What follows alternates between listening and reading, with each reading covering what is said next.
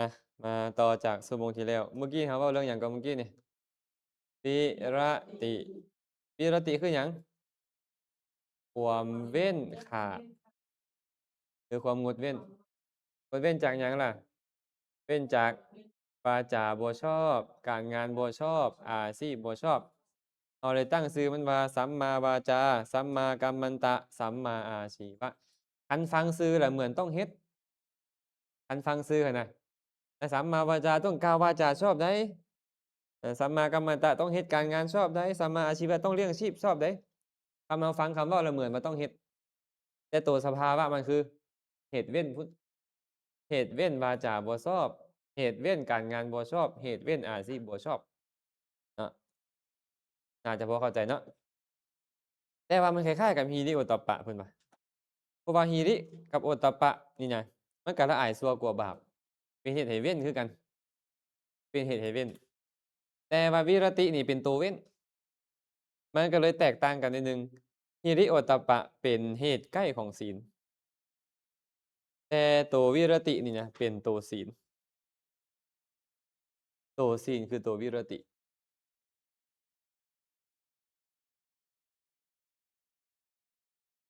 ฟังทันปะน่าจะฟังทันเนาะ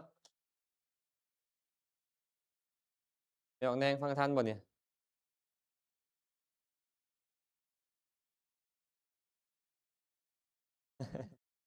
ดีแล้วเรามาฟังในตอนนี้เรามาลงเนาะเราโดนๆเราก็ยิ้มหน่อยหนึ่งก็ยังไง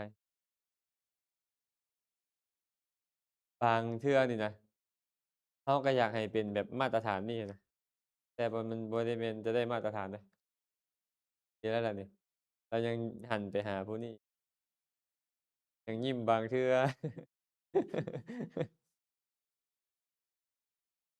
ตอนน้อยๆเราก็บ่ค่อยปากปานนี้เนาะเดี๋ยวนี้ปากบ่เดี๋ยวนี้เว้าบ่โอ้เก่งแล้วนี่บ่แม่นเราไปเรียนนำอัน TikTok บ่เห็นเว้าเนี่ยบ่เรียนติเนาะมาฮิริโอตตัปปะ ความละอายชั่วกว่าบาปเนี่ยมันบ่แม่นตัวศีลแท้มันเป็นเหตุเกิดของศีลเพิ่นเอิ้นว่าเหตุใกล้ของศีลเหตุใกล้ของศีลเหตุใกล้คือเหตุเกิดขึ้นนั่นแหละส่วนตัววิรติ3เนี่ยเป็นตัวศีลอันนี้เรียกว่าตัวศีลเลยถึงจะมีความคล้ายกันแต่ว่าคนละตัวกันเนาะเพราะตัวงดเว้นแท้ๆก็คือวิรติตัวหิริโอตตัปปะนี่เป็นเหตุแห่งความงดเว้นแต่เวลาเกิดถึงบ่มีวิรติหิริโอตตัปปะก็เกิดแต่วิรติเกิดต้องมีหิริโอตตัปปะนำแน่นอนเพราะว่าตัวนี้เป็นตัวห้อง รองพื้นอยู่แล้วเป็นปะเป็นหนึ่งใน19ตัวในโสภณะสาธารณเจตสิกนั้นจบแล้วเนาะมาเบิ่งอัปปมัญญาบัดนี้อัปปมัญญาอัปปมัญญาตามชื่อมันก็คือบ่มีประมาณอัปปมัญญาแปลว่าบ่มีประมาณอัปปมัญญานี่มีอยู่2เนาะคำว่าอัปปมัญญาก็คือมีสัตว์นับประมาณบ่ได้เป็นอารมณ์สัตว์บ่มีประมาณเลยเป็นอารมณ์ของเพิ่นนี่นะมี2อย่างคือกรุณาและมุทิตาความจริงแล้วกรุณาและมุทิตาเนาะมื้อใดเราเรียนไปก็ก่อนหน้านะพรหมวิหาร4แม่นบ่ หรืออัปปมัญญาสีแม่นบ่แปลกว่าอยู่นี่คือมีอัปปมัญญา2เพราะว่าเป็นกรรมฐานเป็นอัปปมัญญา4เพราะว่าอัปปมัญญา2อย่างอะถูกเอิ้นว่าอโทสะอโทสะกับตัตระมัชฌัตตาอโทสะเป็นตัวเมตตาตัตระมัชฌัตตาเป็นตัวอุเบกขาอัปปมัญญาก็เลยเหลือแค่2ตัวนี้เหลือแค่2อย่างคือกรุณาและมุทิตา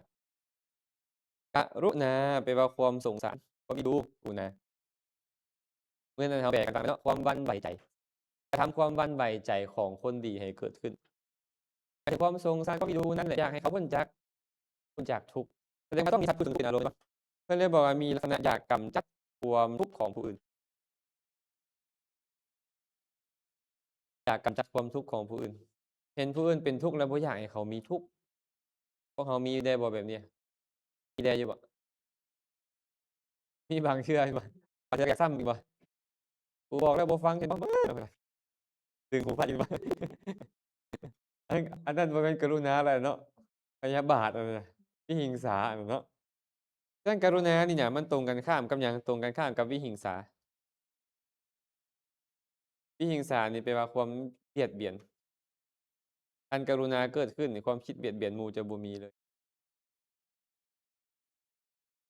คันวิหิงสามีกรุณาจะบ่มีมันก็เลยเป็นตรงกันข้ามกันพระองค์ทมอยากจะบ่อาฆาตพยาบาทเบียดเบียนผู้ใดแล้วแม่นต้องคืออยาก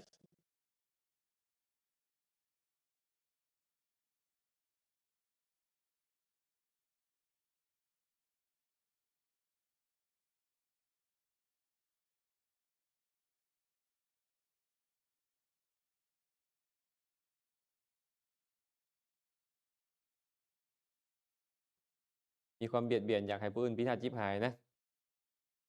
มุทิตาบัดเนี่ยมุทิตากับโมทนาอันเดียวกันเลยมุทิตาคือความบันเทิงใจ ความบันเทิงใจคือความแช่มชื่นยินดีตื่นชมในความสุขของคนอื่นเวลาคนอื่นได้ดีมีสุขก็ชื่นชมยินดีชื่นชมยินดีมีลักษณะยินดีนำลักษณะของมันก็คือไปยินดีนำความสุขของคนอื่นความเจริญของคนอื่นสมมุติว่าพวกเราเห็นผู้ใดผู้หนึ่งมีสุขแล้วก็โอ้ดลๆเด้อดีใจนำเด้อตัวนี้มันเลยเป็นปฏิปักษ์ต่อความอิจฉาและความบ่ยินดีเอิ้นว่าอารตี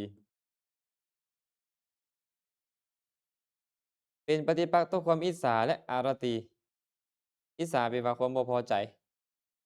อารตีแปลความบ่ยินดีคันมีมุทิตาเกิดขึ้นปุ๊บความอิจฉาจะหายเคยอิจฉาหมู่บ่พวกเราเคยหรือดุเคยหรือดุมีอยู่ดุๆแม่นบ่บางเทื่อก็เห็นหมู่ได้ดีก็บ่ค่อยยินดีปานใดบางเทื่อก็เว้าไปซื่อเด้อดีใจนำเจ้าเด้อก็แต่ใจบ่ได้ยินดีแท้ก็มีแม่นบ่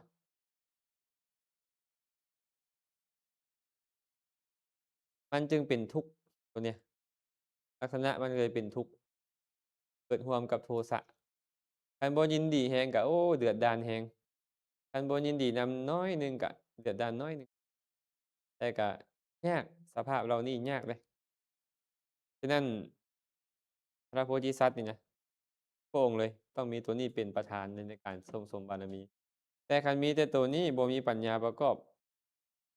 ก็บ่ได้อีกเดะมันก็เลยต้องมีทั้งกรุณามีทั้งปัญญาคันคนมีกรุณาหลายจึงค่อยอยากพ้นสัตว์ออกคันคนมีปัญญาหลายอยากหนีปัญญาหลายโอ้ข้อยบ่เอาแล้วมีแต่ทุกข์กับทุกข์ข้อยบ่เอาอยากเกิดบ่อยากมาบ่อยากให้ไผสิเป็นหยังก็แล้วแต่นี่ ท่านปัญญาหลายนะอยากเอาตัวรอดเป็นยอดดี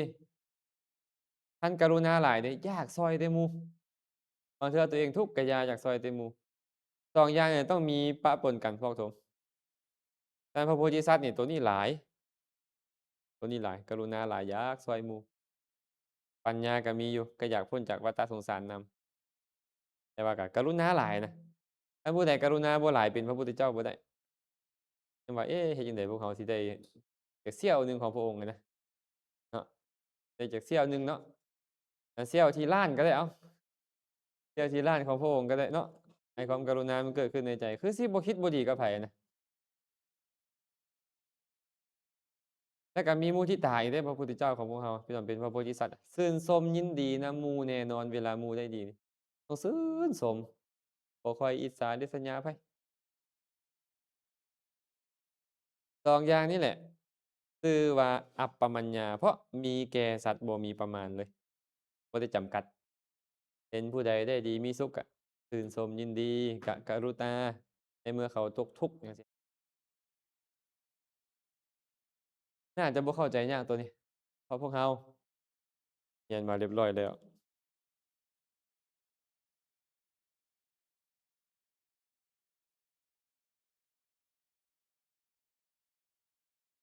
นี่แหละนี่เพิ่นอธิบายไว้รุม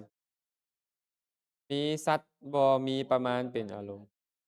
อ้ตัวคำแปลละบ่มีประมาณอปมัญญานี่บ่มีประมาณก็หมายความว่าบ่มีประมาณในสัตว์หั้นสัตว์ส่ำใดข้อยก็ต้องกรุณาสัตว์ส่ำใดข้อยก็ต้องมุทิตาชื่นชมยินดีนะบ่มีจำกัดบุคคลบ่แม่นว่าข้อยชื่นชมยินดีแต่เมื่อลูกข้อยได้ดีเท่านั้นลูกคนอื่นข้อยบ่ชื่นชมบ่มีแบบนั้นแม่นๆเพิ่นเลยใช้คำว่าบ่มีประมาณพวกเขาล่ะคนรักคนแพงล่ะชื่นชมนำอยู่คันคนเราบ่พอใจแล้วบ่อยากชื่นชมปานใดก็อันนั้นเอิ้นว่าตัณหามาประกอบอันมุทิตาที่มีตัณหาเป็นฐานต่อเนาะสุดท้ายบัดเนี่ยปัญญีสีย์ปัญญีสีย์คือหยังปัญญีสีย์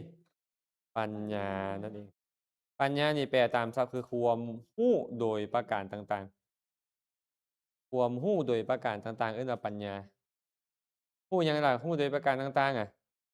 รู้ว่าบ่เที่ยงเป็นทุกข์เป็นอนัตตารู้ว่าทุกข์เหตุเกิดทุกข์เหตุดับทุกข์รู้ว่าเป็นเพียงรูปเป็นเพียงนามแบบนี้แหละเอิ้นว่าความรู้โดยประการต่างๆเอิ้นอีกชื่อหนึ่งว่าปัญญีสีย์ความจริงอะชื่อหลายๆเดะนี่เบิ่งเลยตัวนี้ บางเทื่อนี่เอิ้นว่าญาณบางเทื่อเอิ้นว่าปัญญาบางเทื่อเอิ้นว่าวิชชาบางเทื่อเอิ้นว่าอโมหะบางเทื่อเอิ้นว่าสัมมาทิฏฐิบางเทื่อเอิ้นว่าปัญญีสีย์บางเทื่อเอิ้นว่าปัญญาภละบางเทื่อเอิ้นว่าธรรมวิจยะแล้วแต่บางเทื่อเอิ้นว่าวิมังสาก็แล้วแต่เพิ่นสิเอิ้นนั่นน่ะแต่เฮาฮู้แหละโอ๊ยปัญญานี่เองพอกโทมไปเห็นเขาว่าวิมังสาพอกโทมก็ต้องฮู้ว่าอ๋อวิมังสาคือวิมังสาทิปัตเตยังอันนี้อธิอธิบดี อธิบดีธรรมเป็นสวดในศาสนัยหั่นแหละทันบ่เนาะแต่ว่าความรู้นี่น่ะมันมีอยู่3ลักษณะก่อนเด้อความรู้แบบสัญญาอย่างหนึ่งความรู้แบบวิญญาณอย่างหนึ่ง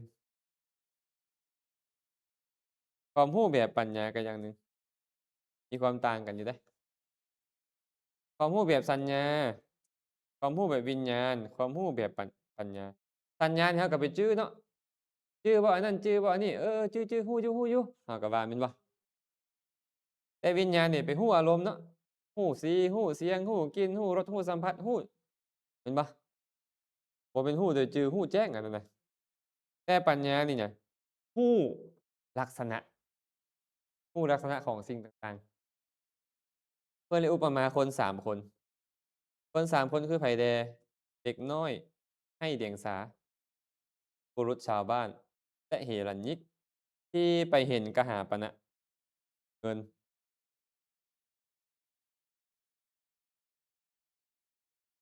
เด็กน้อยชาวบ้านผู้บ่รู้เดียงสาบุรุษชาวบ้านกับเหรัญญิกเหรัญญิกเป็นพนักงานการเงินเหรัญญิกเนี่ยผู้ดูแลเงินโดยเฉพาะเลยผู้เชี่ยวชาญด้านเงินไปเห็นเงินคอกถม เด็กน้อยชาวบ้านเด็กน้อยให้เดียงสาเห็นเงินมันก็ฮู้แต่ว่าอันนี้เป็นเงินแต่บ่ฮู้ว่าราคาเท่านี้ราคาเท่านั้นซื้อขายได้หรือบ่ได้บ่ฮู้มันฮู้แต่ว่าเป็นสีแบบนี้เป็นเงินแบบนี้ไอ้วิญญาณนี่อันบุรุษชาวบ้านนี่เนาะมันก็ฮู้ว่าเอออันนี้มีราคาเท่านี้มีราคาเท่านั้นซื้ออันนี้ได้ซื้ออันนั้นได้ชาวบ้านนี่แม่นบ่ผู้ใหญ่เลยเดะเนาะแต่บ่ฮู้ว่าผลิตวันที่เท่าใดเดือนปีใดผู้ใดเป็นผู้ผลิตมีอิหยังผสมใส่บ่ฮู้แต่เหตุและยิกนี่แหละเขาศึกษาด้านนี้โดยเฉพาะฮู้หมดว่าผลิตปีนี้อยู่บ่อนหั้นเป็นบ่อนผลิต มีราคาเท่านี้มีส่วนผสมแบบนั้นเห็นแล้วยิ่งฮู้หมดมันเลยบอกว่าเด็กน้อยให้เดียงสานี่น่ะฮู้เรื่องเงินฉันใดสัญญาก็ฮู้อารมณ์แบบนั้นคือสัญญาไปฮู้โดยการจื้อซื่อๆจื้อเหมือนกับที่เราเห็นว่าเออเงินเป็นสีนี้สีนั้นซื่อๆวิญญาณไปฮู้อารมณ์ฮู้พิเศษเลยเหมือนกับบุรุษชาวบ้านแต่บ่ฮู้ความจริงของมันบ่ฮู้ความจริงของอารมณ์แต่ปัญญานี่น่ะมันฮู้ความจริงของอารมณ์ที่เมื่อมันฮู้ความจริงของอารมณ์มันก็เลยบ่หลงในอารมณ์ญาณนี่นะพวกเขามีความรู้แบบใดเดี๋ยวนี้ มันหลายจื่อเนาะหลายจื่อแต่ว่าวิญญาณมีอยู่แล้วแน่นอนเพราะสัญญาต้องเกิดในวิญปัญญาก็เกิดในวิญแต่ว่าปัญญาเกิดขึ้นบางครั้งบางคราวเท่านั้นบางครั้งบางคราวฉะนั้นเนาะคันเพิ่นเอิ้นว่าปัญญินทรีย์เจตสิกหรือว่าปัญญาเจตสิกรู้ได้เลยว่ามันเป็นลักษณะของปัญญาจบแล้วจบแล้วเด้โสภณเจตสิกจบแล้วแม่นหมอนโสภณเจตสิกเนี่ยมีเท่าใดมาเบิ่งก่อนบัดนี้อาโสภณสาธารณะเจตสิก10เก้าวิรติ3อัปปมัญญา2ปัญญินทรีย์รวมเป็น1 2 3เป็น6 6บวก19เป็น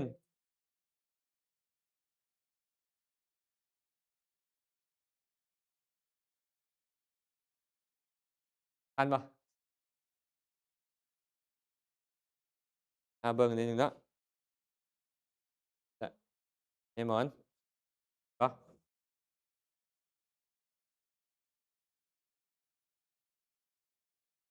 ตั้งแต่ศรัทธานี่เนาะมาฮอดกายุสุกตาทั้ง19ดวงนี่เกิดขึ้นกับจิตที่ดีงามทุกดวงเอิ้นว่าโสภณสาธารณเจตสิกวิรติ3อัปปมัญญา2ปัญญินทรีย์1นี่นะก็เกิดร่วมกับจิตที่ดีงามคือกันแต่ว่าเกิดขึ้นบางดวงเกิดขึ้นบางดวงส่วน5โตวนี่นะเอิ้นว่าอนิยตโยคีเจตสิกประกอบบ่แน่นอนคำว่าประกอบบ่แน่นอนก็คือบางเทื่อมันเกิดบางเทื่อบ่เกิดได้อารมณ์ของมันจังเกิดบ่ได้อารมณ์ของมันบ่เกิดตัวเนี้ยบ่แม่นว่าจะเกิดเดะเกิดอยู่แต่ว่าเกิดบ่แน่นอนเวลาเกิดเทื่อละโตอีกพอกสมข้อยเกิดเจ้าบ่ห้ามเกิดเดะเสือนะเสืออันออกล่านี่ต้องคนละทิศละทางเดะเราอะยามมีข้อยบ่มีเจ้ายามมีเจ้าบ่มีข้อยเสืออยู่ถ้ำเดียวกันบ่ได้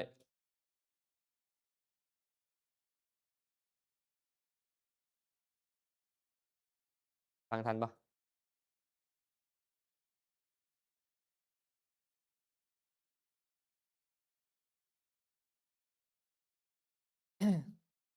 ผ่านบ่ผ่านเนาะมาต่อบัดนี้แม่นหยังเฮ็ดให้ปัญญาเจริญอยู่ในวุฒิสูตรอังคุตรนิกายจตุกกนิบาตพระสัมมาสัมพุทธเจ้าตรัสไว้เดะภิกขุทั้งหลาย ธรรม4ประการนี้เป็นเหตุให้ปัญญาเจริญเป็นเหตุให้มีปัญญาใหญ่ปัญญาไพศาลปัญญากว้างปัญญาหนาปัญญาคมปัญญาประดุจแผ่นดินก็ว่าไปเป็นเหตุให้บรรลุโสดาปัตติมรรคสกทาคามิมรรคอนาคามิมรรคและอรหัตตมรรคพร้อม4อย่างนี่นะคันเวลาคนมักถามอาตมาเฮ็ดจั่งใดอาจารย์สิบรรลุธรรมอาตมาก็มักเอาตัวนี้มาตอบเขานี่แหละคันมีแบบนี้แหละมันเป็นเหตุแห่งการบรรลุธรรมได้อะ1เลยการคบสัตบุรุษ 2การฟังธรรมของสัตบุรุษนั้น3การใส่ใจให้แยบคาย4การปฏิบัติธรรมสมควรแก่ธรรม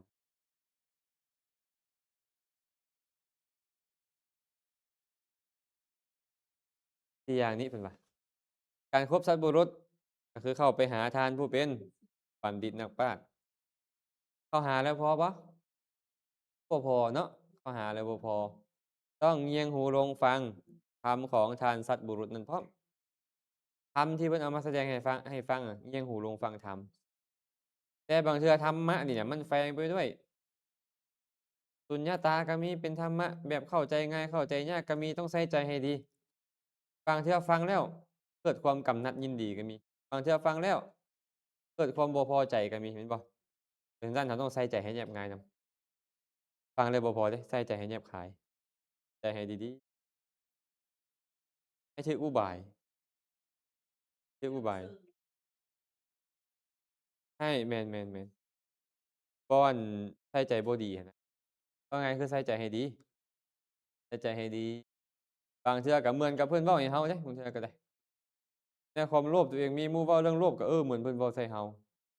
บางเทื่อก็โกรธเขาว่าโอ้คนขี้โกรธบ่ดีอ้าวมันเริ่มตำเราบัดนี้เห็นบ่คันเราใส่ใจบ่ดีก็ไว้ใส่เราบ่จังซี่จังซี่จังซั้นเป็นต้นนั่นแหละ แต่ว่านี่ต้องใส่ใจให้ถูกอุบายบางเทื่อเพิ่นเว้าเรื่องนรกเราจะย้านแล้วก็บ่อยากฟังแล้วเทื่อต่อไปแม่นบ่แต่ความจริงแล้วเว้าเรื่องนรกมันเป็นโทษเรานี่เกิดความสังเวชสลดใจบ่ให้เรานี่อยากเฮ็ดโทษแล้วก็ไปอยู่ในสถานที่นั้นแต่ว่า3อย่างนี้ถึงมีคันบ่ปฏิบัติบ่เอามาประพฤติก็บ่ได้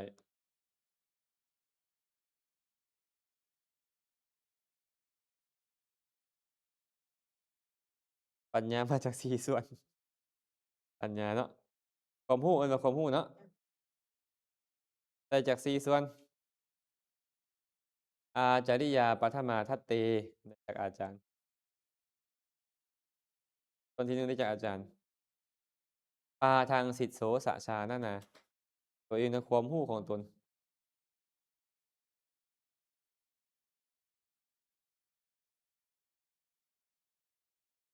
ความเข้าใจความเข้าใจในธรรมความเอิ้นว่าปัญญาได้อย่างหนึ่งสุตตมยปัญญานั่นบางเทื่อนี่เราต้องค้นคว้าเองตื่มเดะบ่แม่นเอาแต่อาจารย์เอานำอาจารย์อย่างเดียวบ่แม่นเดะแม่นบ่เรานี่ก็ต้องไปค้นคว้าเองอีกตื่มบางอย่างเราต้องไปเพิ่มเติมบ่แม่นแต่บางอย่างหลายๆอย่างทุกอย่างอะเราต้องไปเพิ่มเติมต้องไปคิดเพิ่มเติมบางเทื่อเพิ่นก็สอนเรามาแบบนี้ล่ะถูกต้องแล้วแหละ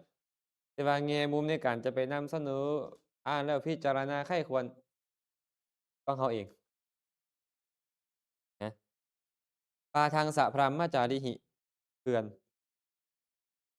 เพื่อนผู้ร่วมศึกษาร่วมปฏิบัตินั้น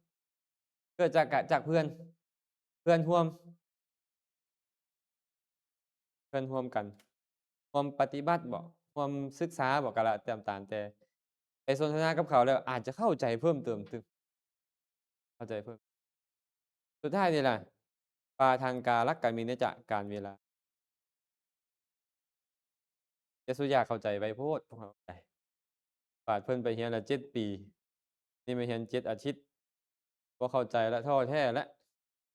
อาทิตย์ก็อาทิตย์ละ2มื้อมื้อละ4ชั่วโมง5ชั่วโมงอันค้านยังบ่นับเออออกจินตนายิ้มเห็นเปล่านี่เด้ออาจาริยาปาฐมาทัตเตเพิ่นว่าส่วนที่1นี่ได้จากอาจารย์เด้อปาทังสิตโสสชานานา อีกส่วนหนึ่งก็ได้จากความรู้ของตนไปพิจารณาตื่มค้นคว้าตื่มปาทางสะพรัมมจาริหิได้จากเพื่อนผู้ประพฤติพรหมจรรย์หรือร่วมศึกษาปาทางกาลกัมมินจะบางเทื่อนี่3ส่วนนี่ก็อาจารย์ก็แล้วเฮาก็คิดแล้วหมู่ก็สนทนาแล้วก็ยังบ่เข้าใจอยู่ต้องปล่อยเวลาไปโดนไปเวลามันจะเฮ็ดให้เราเข้าใจพึ่งบางครั้งมันบ่ต้องฟ้าวหลายบางเทื่อก็โอ๊ยฟ้าวๆๆอยากได้มื้อนี้อยากเข้าใจมื้อนี้คันบ่เข้าใจมื้อนี้แล้วบ่เอาเห็นบ่ผู้เพิ่นมานำเราคือพิษนี่บ่มาอยู่แล้วเดะ อยากสอบอะนะ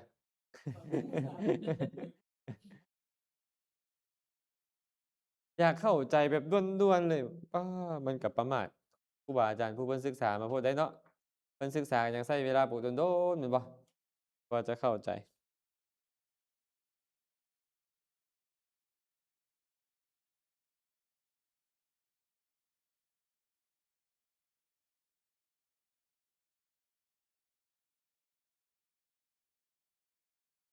เออ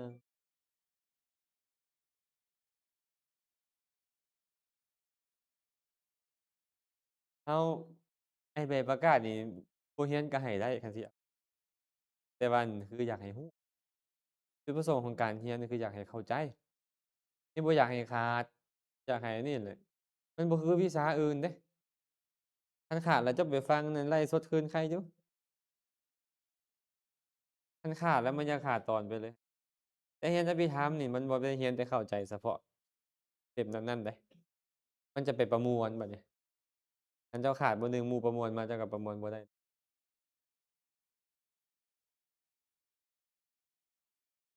แม่นไอ้จุดประสงค์ของพวกเราก็คือนั่นแหละอยากให้ไปเข้าใจธรรมะคำสอนแล้วเอาไปประพฤติปฏิบัติได้อันจุดประสงค์ของพวกบ่แม่นเพื่อให้ได้ใบประกาศแต่ว่าก็สำหรับผู้ลางคนก็คันมีใบประกาศจั่งซี้ป๊ามันฮึกเหิมเว้ยในการจะเรียนก็ดีเดะเอาอยู่บ่ล่ะใบประกาศที่เอาให้นี่ ฮะแต่ว่าต้องสอบเด้อล่ะคันมีใบประกาศงวดที่หนึ่งอั่นให้ใบประกาศเด้ให้บ่แม่นงวดที่1หรอกงวดที่เริ่มอยู่วัดป่านาขามให้ญาทานใหญ่ทานมอบใบประกาศมอบใบประกาศแก่นักเรียนตอนนั้นทั้งพระครูประสิทธิทั้งพิธรรมเนาะมอบใบประกาศให้เขาเจ้าแต่ก็บางเทื่อก็บางคนก็ได้ไปซื่อๆนี่แหละลืมหมดรับใบประกาศปึ๊บก็หมดเลยความรู้อะจบเลยเด้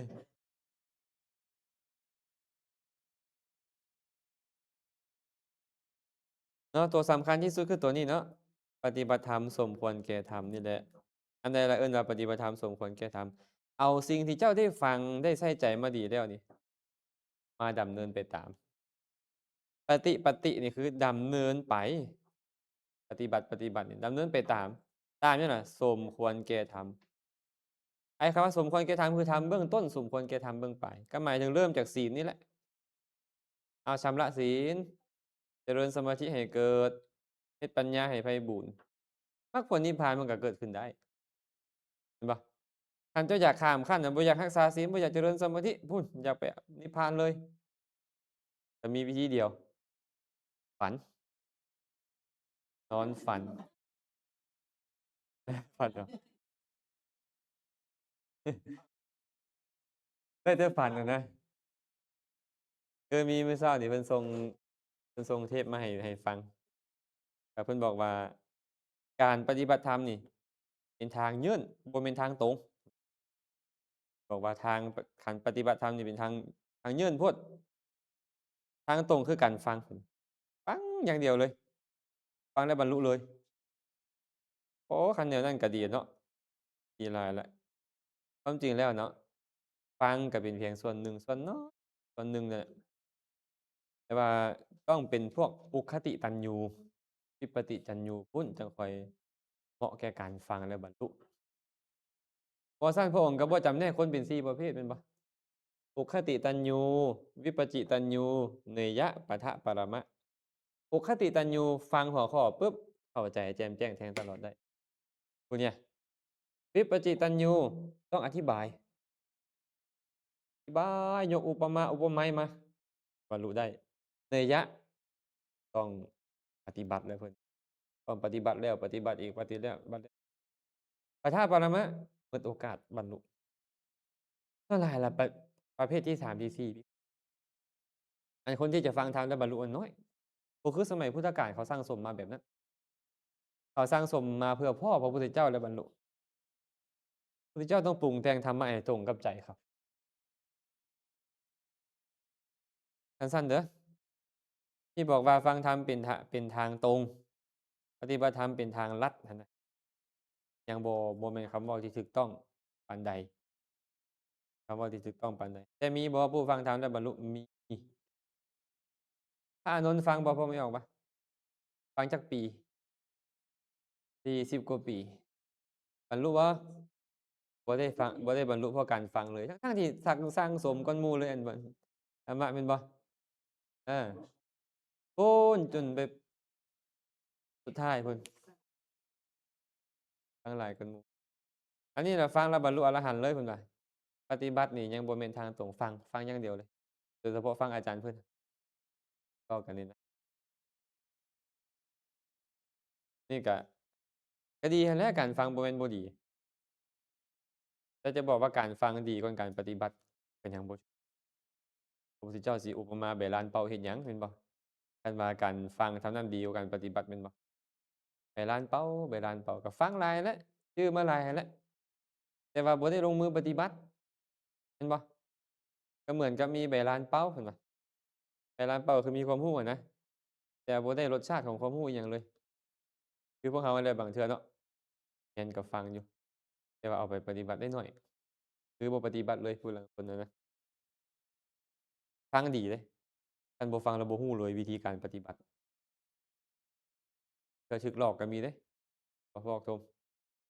ผู้หลอกก็มีนั่งหลับหูหลับตาไปนิพพานคืออาจารย์สุพลเราเห็นบ่ นั่งไปนั่งมาลมสั้นปานนั้นผีเข้าแม่นบ่ว่าไปนิพพานแล้วไปนั่งเฝ้าพระพุทธเจ้าพู้นแหละนั่นแหละคือบ่เคยฟังมาเลยบ่เคยมีความรู้พื้นฐานมาเลยไปเจอแบบนั้นอยากปฏิบัติก็ไปปฏิบัติแบบเขาบัดนี้เป็นจั่งใดล่ะบัดเนี่ยอาจารย์สุวัสดิ์เราเว้าดีๆคนมาสอนปฏิบัติหลายหลายแล้วว่ะขอกันท้อใส่ขอเก็บกำข้อมูลก่อนปฏิบัติอยู่ดอกแต่ว่าขอก่อนขอเก็บกำข้อมูลก่อนบ่อยากลงทางเราอะ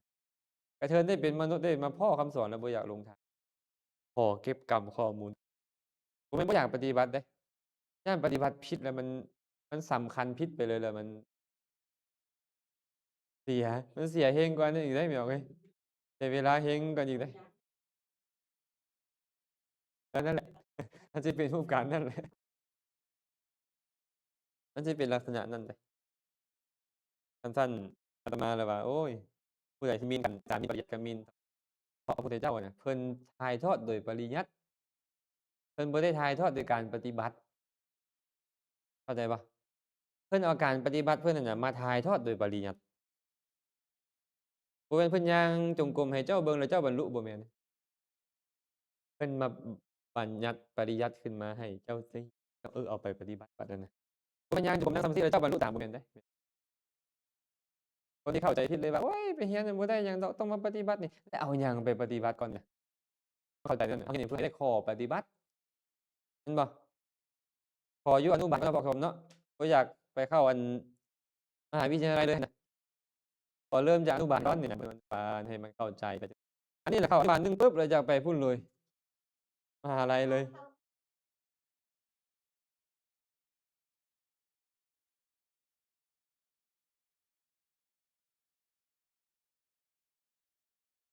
แล้วก็ทักษะนิมิตไม่ได้บางคนมาได้ทำได้นี่แต่ได้อันถ้าว่ามาเรียนแล้วสิ้นสินิมิตโอ้ได้ก็เรียกว่าบ่เฮียนก็ฮู้แบบบ่เฮียนบ่เรียนก็ฮู้แบบบ่เรียน จะไปเฮียนแล้วก็จะฮู้แบบเฮียนขึ้นนะ แต่ว่าเรียนแล้วก็จะ ได้เฮียนบ่แม่นว่าเอาปริญญาเข้าไป ได้ ตรวจ เทียบเคียงบ่ ได้ แม่น เฮ็ด ว่า แนวเรื่องการปฏิบัติเนาะมันต้องมีขั้นตอนแบบนี้มาได้สามขั้นที่ได้ มันต้องมี ขั้นสามขั้นที่แล้วเว้าผิดบ่ 3 คันผิดเด้คัน3 คันผิดแล้วเว้าผิดบ่ให้ไปเว้าผิดนี่เป็นการซักซ้อนถูกหรือซักซ้อนผิดแล้วบัดนี้แฮะก็พาหมู่ไปทางผิดยุ่งเลยบัดเนี่ยยุ่งได้งานยุ่งเด้อนี่เด้อชื่อเด้อนี่เด้อเหตุของการบรรลุคือครบสัตบุรุษก่อนพระพุทธเจ้าเป็นยอดของสัตบุรุษฟังธรรมของสัตบุรุษนี่แหละคำสอนของพระองค์นี่แหละใส่ใจให้แยบคายนำเด้อเวลาไปอ่านธรรมะคำสอนเพิ่นก็แนะนำมาลงมือปฏิบัติ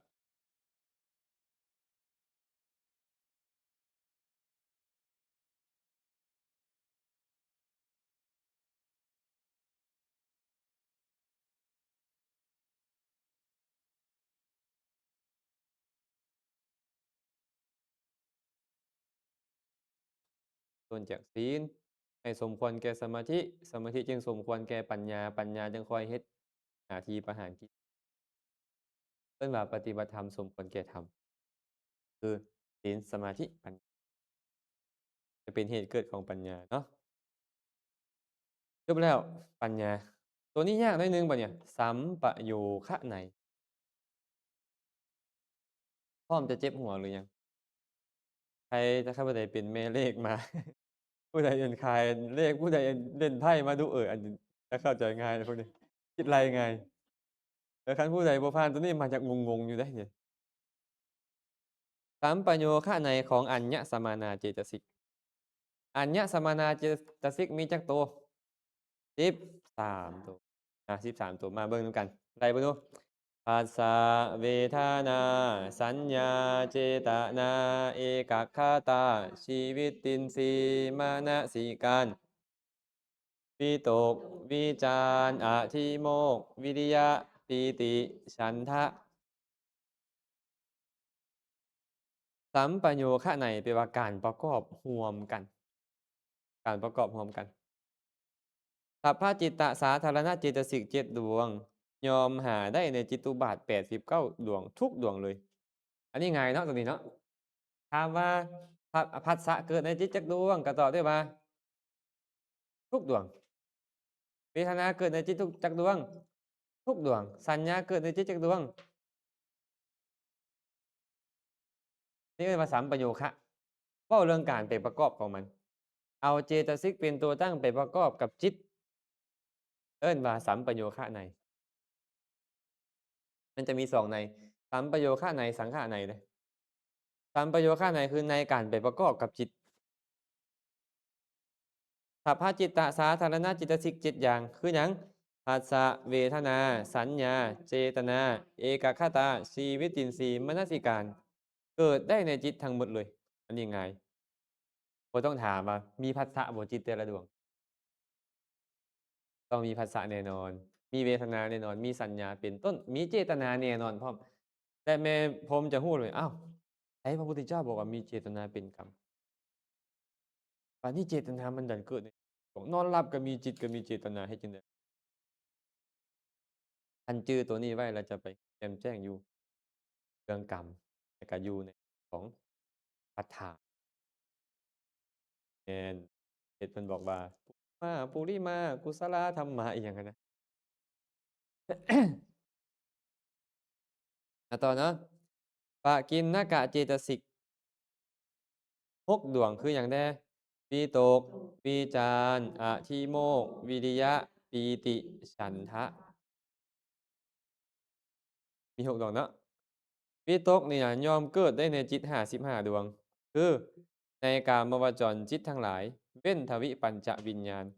และในปฐมฌาน11ดวงว่าเป็นนี้เราก็ยังบ่ฮู้เรื่องแล้วแสดงว่ามันเกิดขึ้นในกามวจรจิตกับปฐมฌานกามวจรจิตมีจักดวงไม่เอาสิไว้กามวจรจิต54ดวง คืออกุศล12อเหตุกาจิต18กามวจรโสภณะ24รวมเป็น54เนี่ยผมไม่ออกเบิ่งดูนี่ อันนี้เลขหยังนี่7แม่นบ่แสดงว่า7นี่มีหยังได้7นี่น่ะผัสสะเวทนา สัญญา เจตนา เอกคตาชีวิตินทรีย์มนสิการ มันบ่มีอย่างอื่นเลยในจิตดวงเนี่ยแสดงวิตกก็ต้องบ่เกิดกับมันคันมันมีวิตกมันจะเป็น8เห็นบ่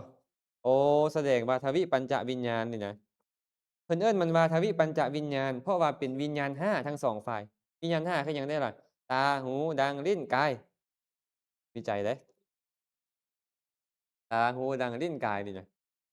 ทางฝ่ายกุศลวิบากและอกุศลวิบากนี่รวมเป็น10ดวงนี่10ดวงนี่นี่นะบ่เกิด54ลบ10เหลือเท่าไรลบ10เหลือเท่าไรเหลือ44มาเบิ่งบัดนี้ปฐมฌานอีก11มาไล่ปฐมฌานมึงดูแม่หมอนมาไล่ปฐมฌานอยู่ไสปฐมฌานน่ะ1 2 3 4 5 6 7 8 9 10 11ถูกบ่ปฐมฌานมีองค์ประกอบจักอย่างเห็นบ่วิตก วิจารณ์ ปีติ สุข เอกคตา แสดงว่าวิตกมันก็ต้องยังมีในปฐมฌาน11ดวง44เมื่อกี้นี่บวก11เป็นเท่าไรฮะบวก11เป็น55มาเบิ่งดูนี่นี่ไม่เอาสิไว้เบิ่งเดี๋ยวนี้เห็นบ่วิตก55บ่งบอกถึงว่ามันไปเกิดในจิต55ดวงเบิ่งตัวเลขได้เปล่าเนี่ยเนาะผัสสะเวทนาเป็นต้นนี่89หรือ121เต็มเลยแม่นบ่วิตก55อัน121ลบ55เหลือเท่าใดเหลือ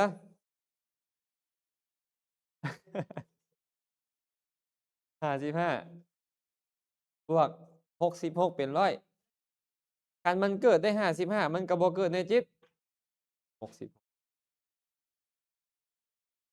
แสดงว่ามันเกิดในจิต55ดวงเริ่มสับสนบ่บอกเลยได้ว่าคันบ่เก่งไพ่หน่อยหนึ่งเลยบ่ได้เด้ ผ่านบ่ผ่านบ่วิตกเนี่ยกามวจรจิตทั้งหมดเว้นทวิปัญจวิญญาณ และปฐมฌานปฐมฌานนี่บ่แม่นแต่รู้ภวจรเด้โลกุตระก็แม่นโสดาบันสกทาคามีอนาคามีอรหันต์ทั้งที่เป็นปฐมฌานทั้งหมดมรรคและผลแม่นบ่8บวกรู้ภวจร3เป็น11ไปต่อได้บ่อธิบายอีกรอบหนึ่งบางอย่างอธิบายไปก็ให้ความหมายอย่าเว้าจั่งซั้นเด้อวิตกนี่น่ะหนิงกามวิตกมีบ่มีบ่กามวิตกมีกามวิตกมีบ่อ้าวก็มีเด้อพระพุทธเจ้าก็บอกกามวิตกก็วิตกที่เกิดในกามก็เกิดกับโลภะนี่แหละพยาบาทวิตกก็เกิดกับโทสะเป็นต้นนั่นแหละแสดงว่าอกุศลนี่ก็มีวิตกกุศลวิตกมีบ่ล่ะเนกขัมมะวิตกอัพพยาปาทะวิตกอวิหิงสาวิตก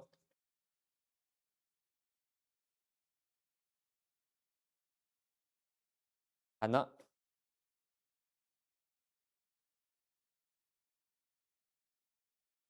นับเด้อบัดนี้เด้อกามวจรทั้ง54ดวงมีวิตกอยู่44เว้นหยังเว้นทวิปัญจวิญญาณจักขุวิญญาณโสตวิญญาณฆานวิญญาณชิวหาวิญญาณนี่นะทั้งที่เป็นกุศลวิบากทั้งที่เป็นอกุศลวิบากบ่มีวิตกแน่นอนเพราะมันมีแค่สัพพจิตตสาธารณเจตสิกได้แค่7ดวงอ้าว54ลบ11นี่ลบ10ทิ่มเสียมันก็เหลือและเกิดในปฐมฌานจิตปฐมฌานก็มีอยู่รู้ปวจร3เป็นกุศลแดเป็นวิบากได้เป็นกิริยาแดและในโลกุตระอีก8คือมรรค4ผล4 8บวก3เป็น10เอา44บวก11กลายเป็น50นี่แหละมันเกิดใน55ดวงนี้ผ่านบ่มาเบิ่งต่อบัดนี้วิจารณ์บัดนี้วิจารณ์ยอมเกิดได้จิต66ดวงคือใน55ดวงเหล่านั้นนั่นแหละและในทุติยฌานจิต11ดวงถามก่อนปฐมฌานนี่นะมีวิตกแม่นบ่ทุติยฌานละวิตกบ่ละวิตกยังมีวิจารณ์บ่แสดงว่านี่ก็บวกเข้าไปอีก11อันใดมีวิตกอันนั้นมีวิจารณ์แน่นอน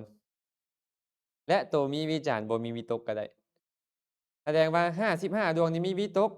ก็ต้องมีวิจารณ์นำมาแล้ว55ดวงนี่เห็นบ่และมันยังมีในทุติยฌานอีกวิจารณ์นี่นะทุติยฌานอีก8เป็น11บวก55เป็นฮะแสดงว่าวิจารณ์มีในจิต66ดวง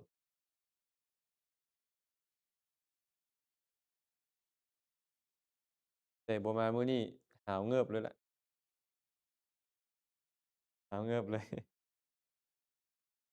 นะมาเบิ่งเนาะเพิ่นก็เลยบอกว่าเห็นบ่วิจารณ์มีในจิต66ดวงวิตกวิจารณ์นี่น่ะไม่ออกและปิตินี่น่ะมันเว้าเรื่องของฌานมันก็เลยต้องเอาเป็นจิต121ฟังทันบ่คันเว้าเรื่องฌานนี่ต้องเอาเป็นจิต121เพราะต้องไปจำแนกโลกุตระด้วยฌาน5จาก8ก็เลยเป็น40มันก็เป็นจิต121เพราะวิตกวิจารณ์ปิตินี่เป็นองค์ของฌาน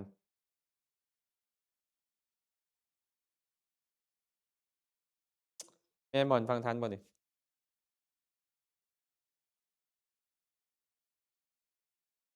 มาต่อเนาะอธิโมกข์บัดนี้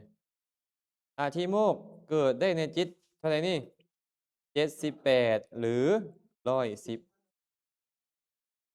อธิโมกข์เนี่ยเกิดในจิตทั้งหลาย78เนาะเว้นทวิปัญจวิญญาณและจิตที่สหรคตด้วยวิจิกิจฉามาเบิ่งชื่อเรื่องนี้เด้อมันเท่าไรนี่78 110มันเกิดได้ในจิตทุกดวงไม่ออกแต่ว่ามันต้องเว้นเพราะหยังเพราะ10อย่างนี่น่ะทวิปัญจวิญญาณมันมีได้แค่7แม่นบ่ เมื่อมีได้เจ็ดมันบ่หับอันอื่นแหละมันมีแต่ตัวนี้ มันมีแต่สัพพจิตตสาธารณเจตสิกแม่นบ่ฉะนั้นอธิโมกข์ก็ต้องบ่มีในมัน10เอา89ลบ10เหลือเท่าไหร่79อธิโมกข์นี่มันมีลักษณะตัดสินอารมณ์ มันจะบ่เข้ากันกับลังเลสงสัย เป็นจิตตรงไหนล่ะลังเลสงสัยอะอ่าโมหะวิจิกิจฉาสัมปยุตตัวนี้บ่มีอธิโมกข์1บวก10เป็น11เอา89บัดเนี่ยลบ11เหลือ78มันเกิดใน78ดวงเพราะอธิโมกข์มันตัดสินอารมณ์ วิจิกิจฉาลังเลในอารมณ์แม่นบ่โอ้โลภะนี่ก็มีอธิโมกข์ด้วยนี่โทสะก็มีอธิโมกข์ข้อยบ่สนข้อยจะโกรธอย่างเดียวเพิ่นเนี่ยแต่วิจิกิจฉานี่เอ๊ะแม่นหรือบ่แม่นฮึอธิโมกข์ก็เลยบ่ไปนำนะมาเบิ่งต่อบัดนี้เนาะเบิ่งต่อวิริยะบัดนี้วิริยะเท่าใดนี่วิริยะนี่73หรือ105มาเบิ่งหน่อยหนึ่งดูวิริยะย่อมเกิดในจิตทั้งหลายเว้นปัญจทวาราวัชนะจิตอวิปัญจวินญาณสัมปติชนนะและสันติรณจิตดีวะปัญจทวาราวัชนะอวิปัญจวิญญาณสัมปติชนนะและสันติรณะเบิ่งเนาะ73มันต้องเอาออกเท่าไหร่73เนี่ยฮะออก16เอา10นี่ออกก่อนเพราะ10นี่บ่มีคายแน่นอนเพราะหยังเพราะมันมีได้แค่7แม่นบ่และปัญจนี่มันบ่มีเพราะว่ามันมีได้แค่สัพพจิตตะ7วิตกวิจารณ์และอธิโมกข์แล้วมันบ่รับแนวอื่นแล้วบ่มีตัวนี้อ้าวสัมปติชนะก็มีแค่10ก็คือสัพพจิตตะสาธารณะวิตกวิจารณ์อธิโมกข์สันติรณะนี่คือกันบ่เนี่ยสันติรณะตัวเนี้ยมันก็มีแค่นี่แหละวิตกวิจารณ์อธิโมกข์แต่ตัวนี้มี11มันแปลกๆอันนี้แต่ว่ามีคำว่าโสมนัสโอ้ตัวใดมีโสมนัสต้องมีปิติ แต่ว่าตัวนี้นี่บ่มีหยังบ่มี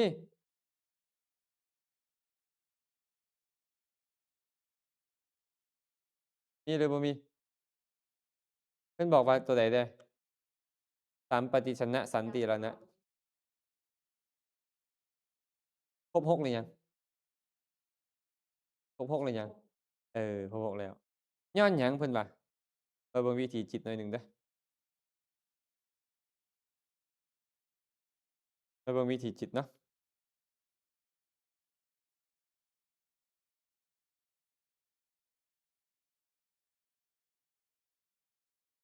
นี่ไอ้สันติรณะพวกนี้นี่นะสัมปติชนะสันติรณะนี่นะปัญจทวาราวัชนะนี่3ตัวนี่เนาะขอแค่มีการกระทบกันระหว่างอายตนะภายในกับอายตนะภายนอกที่เป็นไปทางปัญจนี่ตัวนี้มันก็ต้องเกิดขึ้นมาครับอารมณ์เองของมันบ่ต้องมีความเพียรอิหยังสัมปติชนะนี่มันก็บ่ต้องมีความเพียรอีกเพราะว่าแค่เห็นรูปข้อยก็รับอารมณ์ต่อเลยสันติรณะมันก็บ่ต้องมีความเพียรหยังเพราะข้อยต้องไต่สวนต่อจากสัมปติชนะรับมาซื่อๆพวกนี้ก็เลยบ่มีโอกาสที่จะมีวิริยะเพราะบ่จำเป็นต้องมีวิริยะก็เกิดขึ้นได้ฮะผู้ใดอีกหั้นน่ะฮะผู้ใดมาเรียนนั่นน่ะ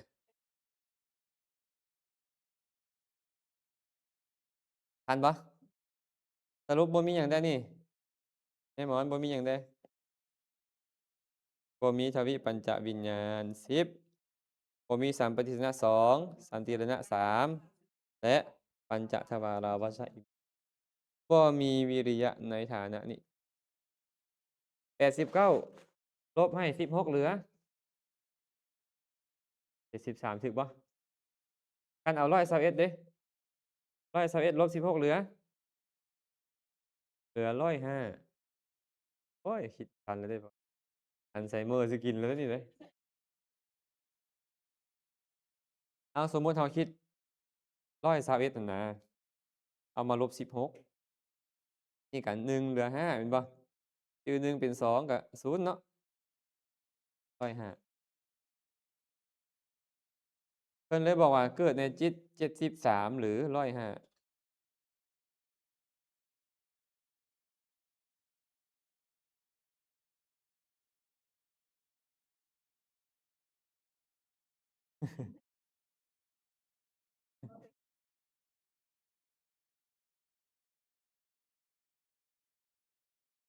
พันยูอีหลีเนาะรู้ทุกอย่างอีหลี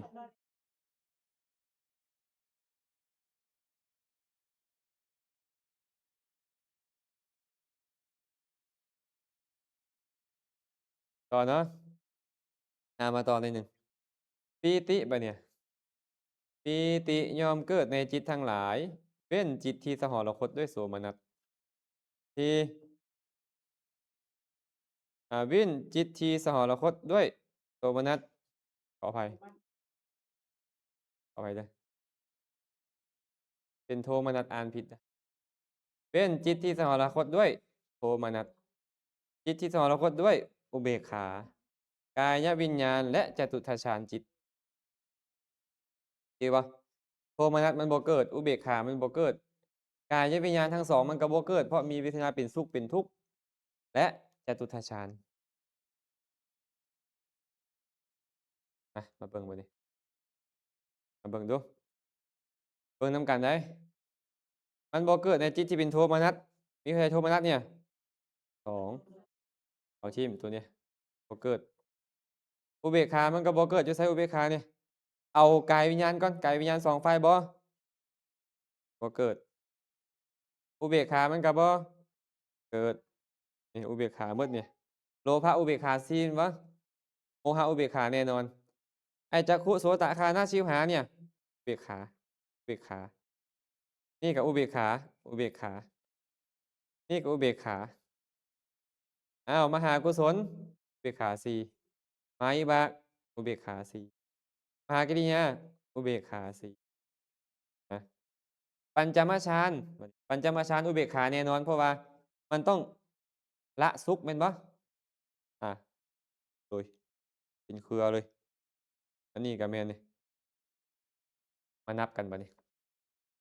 นับกันเนาะนับเด้อโลภะ4ส่วนโสมนัสสันติรณะ1เป็นนับได้มหากุศล4มหาวิบาก4มหากิริยา4 30 12บวก5เป็น7เลยเด้อปฐมฌาน11ทุติยฌาน11ตติยฌาน11จตุตฌานมันก็บ่มีจตุตฌานก็บ่มีเพราะว่าจตุตฌานคมปีถึงมีโสมนัสแต่คมปีติได้มันต้องละปีติเด้แม่นบ่ละปีติมันมีสุขแต่มันละปีติปฐมฌานทุติยฌานตติยฌานอย่างละ11บวก3เป็น11คูณ333มาบวก17เมื่อกี้นี้เอาคักๆได้โสมนัสสันติรณะเฮาลืมนับเมื่อกี้นี่บ่ทันบ่นี่ฟังทันบ่ฟังทันแต่เข้าใจบ่ทันแม่นบ่ นี่แหละรสชาติของอภิธรรมแหละ ก็บอกแต่ต้นแล้วว่าคันบนขี่ไพ่อะไรมันบ่ค่อยเข้าใจตัวเนี้ย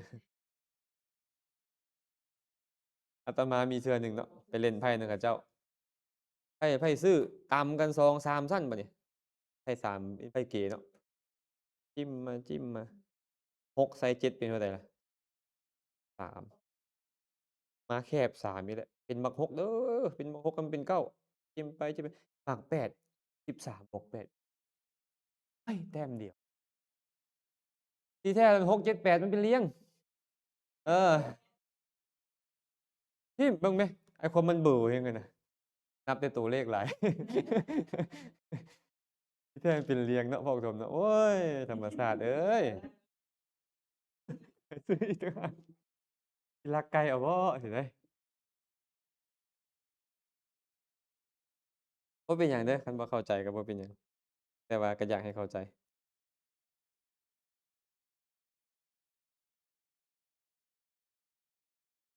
มาเบิ่งลบทิ่มบัดนี้เราเข้าใจไปนี่ไหมบัดนี้ปีติมันจะเกิดขึ้นกับจิตที่เป็นโสมนัสเท่านั้น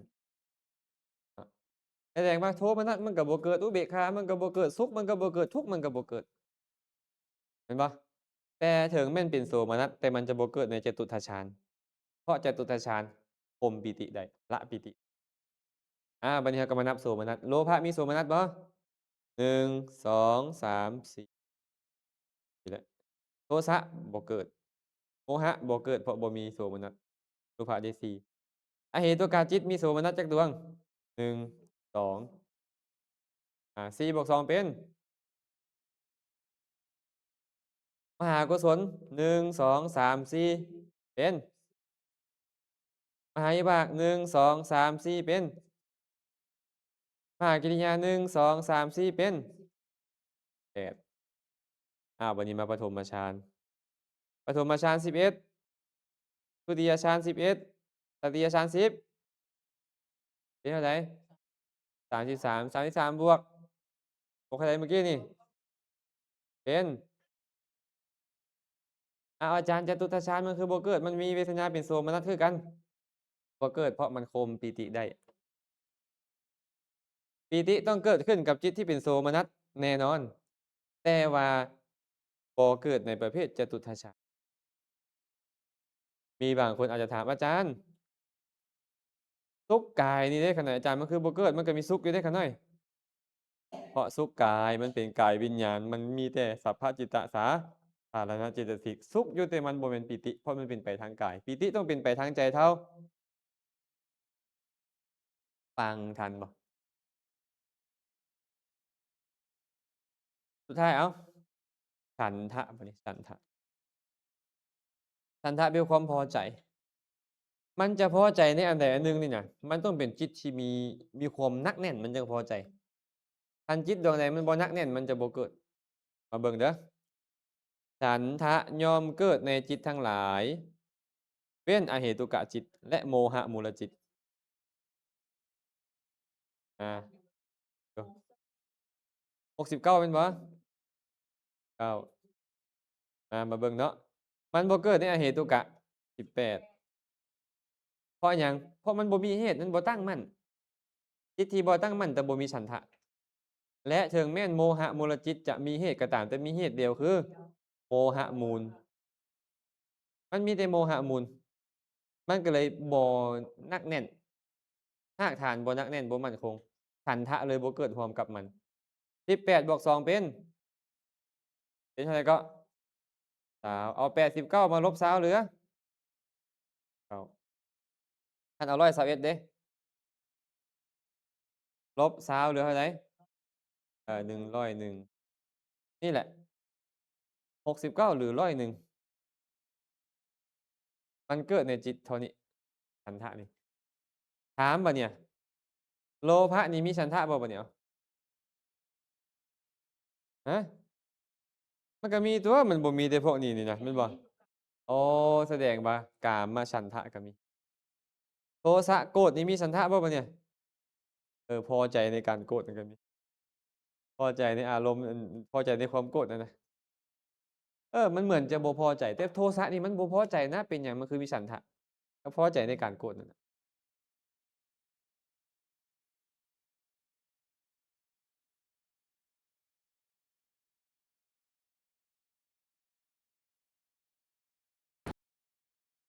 เหตุของถ้ามันหลายและบุญมันเหตุก็เลยต้องรับ จิตเห็นปะจิตรวมที่ประกอบมีเจตสิก เจตสิกเด็มันมีหลายร้อยมันเสมอกันเด็กบางอันก็มีอันเด็กและกำลังมันน่ะมันสิเพิ่มทวีขึ้น มันกับบ่ได้เกี่ยวกับ เกี่ยว เรื่ กั อบงนี้ นั่นโดยตรงเกี่ยวกับเรื่องนั้นโดยตรงเลยแต่บางอย่างนี่นะ25หนึ่งตัวเนี้ยจะไปโทษหลายเติบเลยพาไปอบายได้คือกันเนาะแต่ว่าตัวนี้ก็15คือกันแต่ว่าบ่ไปอบายตัวเนี้ยโมหะนี่มันบ่นำไปอบาย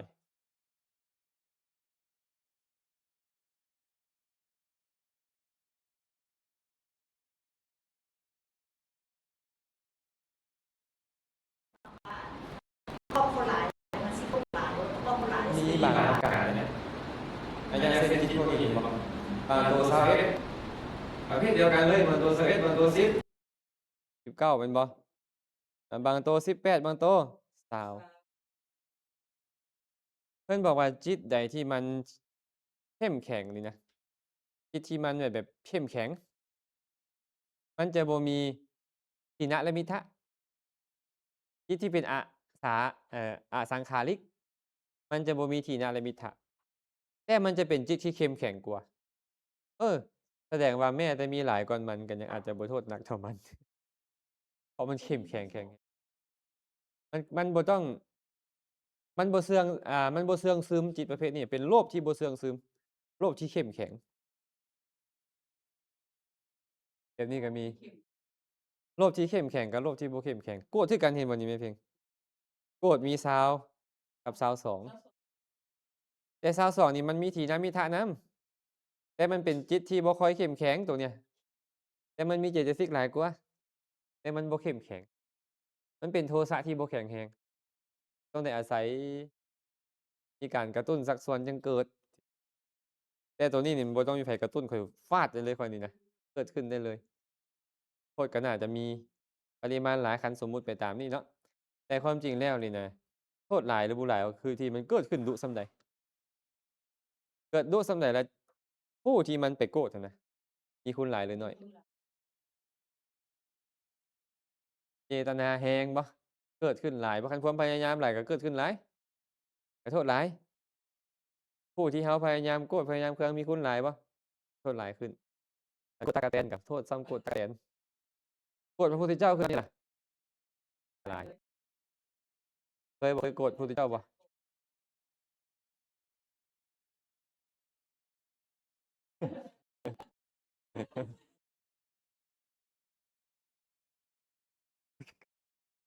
บางบางอย่างนี่เป็นนิสัยของพระพุทธเจ้า แต่ว่าเราพอถามคิดตามได้พอให้แต่แนวทางท่านสารีบุตรเนี่ยยังบ่สามารถเข้าใจได้บางประการนิสัยของพระแต่ว่าได้นัยยะจากพระพุทธเจ้าแล้วก็พอเข้าใจมันละเอียดหลาย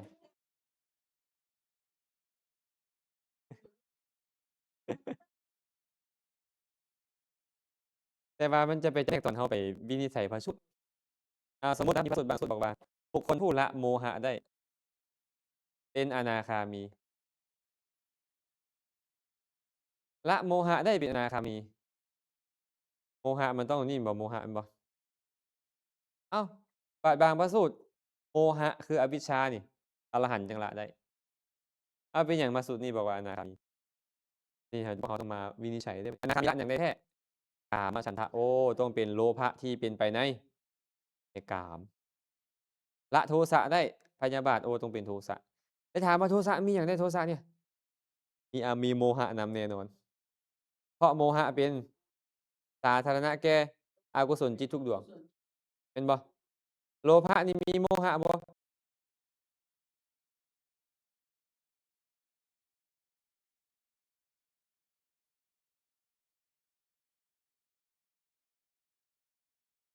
แน่นอนเพราะมันเป็นสาธารณะแสดงว่าไอ้โมหะที่พระพุทธเจ้าหมายถึงในพระสูตรนี้นี่หมายถึงโมหะในโลภะและโมหะในโทสะเท่านั้นบ่ได้แม่นโมหะที่เป็นรากฐานด้วยตัวเองอุทธัจจะนี่ก็มีโมหะแต่ว่าตัวนี้ละบ่ได้เอาละตัวนี้นี่วิจิกิจฉาละถึกละไปพร้อมกับโสดาปัตติมรรคแล้วแม่นบ่นี่มันเป็นสำคัญตอนเราไปวินิจฉัยพระสูตรเพราะถ้าเขาจะบ่เข้าใจพระพุทธเจ้าเอ๊ะมันคือมันต่ำกันมันคือขัดกันพระสูตรอะบางสูตรว่าละโมหะเป็นอนาคามีบางสูตรบอกอรหันต์ละได้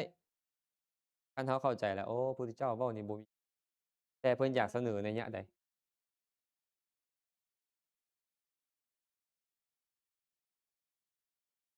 คำเว้าเหมือนขัดกัน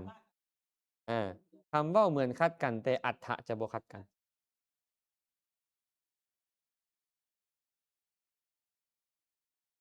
คันเราบ่เข้าใจนี่เลย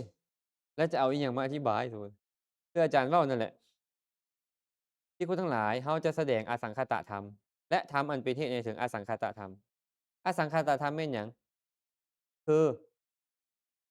ความสิ้นราคะความสิ้นโทสะความสิ้นโมหะได้แก่นิพพานเนาะ ทางไปสู่อสังขตธรรมแม่นหยังสมาธิที่มีวิตกวิจารณ์มีทั้งวิตกวิจารณ์สมาธิที่มีแต่บ่มีวิตกมีแต่วิจารณ์สมาธิที่บ่มีทั้งวิตกทั้งบ่มีทั้งวิจารณ์นี่บ่มีทั้งสองเลยคันเฮาบ่เข้าใจตัวอภิธรรมนี่นะตัวสภาพจิตนี่เขาจะอธิบายบ่ได้เลยเพราะจิตบางอย่างมีทั้งวิตกมีทั้งวิจารณ์กับปฐมฌานแม่นบ่ธรรมชาติที่บ่มีวิตกมีแต่วิจารณ์กับทุติยฌานธรรมชาติบ่มีทั้งวิตกบ่มีทั้งวิจารณ์กับตติยฌานจตุตฌานปัญจมฌานเป็นต้นไปครับเวลาเพิ่นเว้าเพิ่นจะเว้าแบบนี้คันเฮาบ่ได้เข้าใจพื้นฐานตัวนี้เลยนี่ว่าจิตดวงนี้ประกอบกับเจตสิกดวงใดเด้เฮาจะไปอธิบายมันน่ะมันยากขึ้นคันมันยากขึ้นแล้วก็ต้องอธิบายตามความเข้าใจของตัวเอง มันก็อาจจำตำทงตำท่าไปแม่นบ่แม่นหรือบ่แม่นคันเฮาเข้าใจแล้วเฮาก็อาจจะได้เปรียบคนอื่นในการไปพิจารณาธรรมข้อนั้นๆบ่แม่นว่าเรียนไปแล้วไปข่มหมู่อิหยังบ่แม่นจังซั้นคือเพื่อเข้าใจคำสอนนั้นนะเวลาเราจะไปเว้าสู่หมู่ฟังนี่นะตัวนี้มันควรเป็นแบบนี้ควรเป็นแบบนี้เพราะหลักของมันเป็นแบบนี้เท่านั้นเนาะแต่ว่าบ่เข้าใจก็ยังบ่คันเป็นหยังใดต้องบอกไปที่แม้แต่อาจารย์คือกันเด้เรียนมาทีแรกก็เข้าใจแน่บ่เข้าใจแน่แต่ก็ต้องไปนี่แหละได้มาแนะนำแล้วก็ได้คิดเพิ่มเรื่อยๆเพิ่มเรื่อยๆเดี๋ยวมันจะค่อยจื้อไปเทื่อละน้อยเทื่อละน้อยคันง่ายนี่ คันง่ายนี่มันบ่อันตรธานไปก่อนหมู่เด้บ่อันตรธานไปก่อนหมู่คำสอนของพระพุทธเจ้าจะอันตรธานก่อนหมู่คืออภิธรรมไปก่อนหมู่แน่นอนเพิ่นว่าแล้วจังพระสูตรแล้วจังวินัย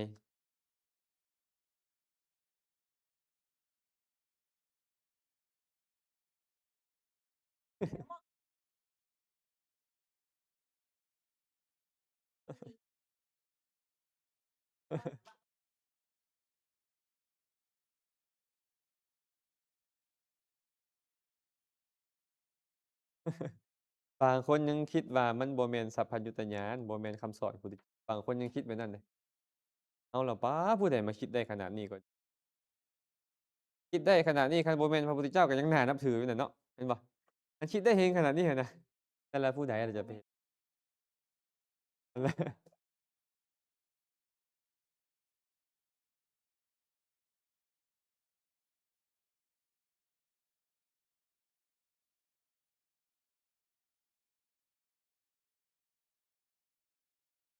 มันควรจะเว้าแต่ศรัทธาก็พอแม่นบ่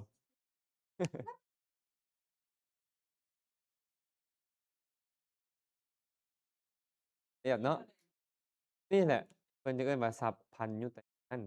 เรียนอภิธรรมนี่เรียนหยังเรียนสัพพัญญุตญาณของพระพุทธบ่ได้ทั้งหมดได้แต่ว่าเรียนรู้บางส่วนในสัพพัญญุตญาณของพระพุทธเจ้าอาตมาว่า อิหยังมันก็ควรจะละอะนะเพื่อให้ได้เรียนรู้สัพพัญญุตญาณของพระพุทธเจ้านี่บ่แม่นคนธรรมดาได้เรียนคนบ่มีอุปนิสัยก็บ่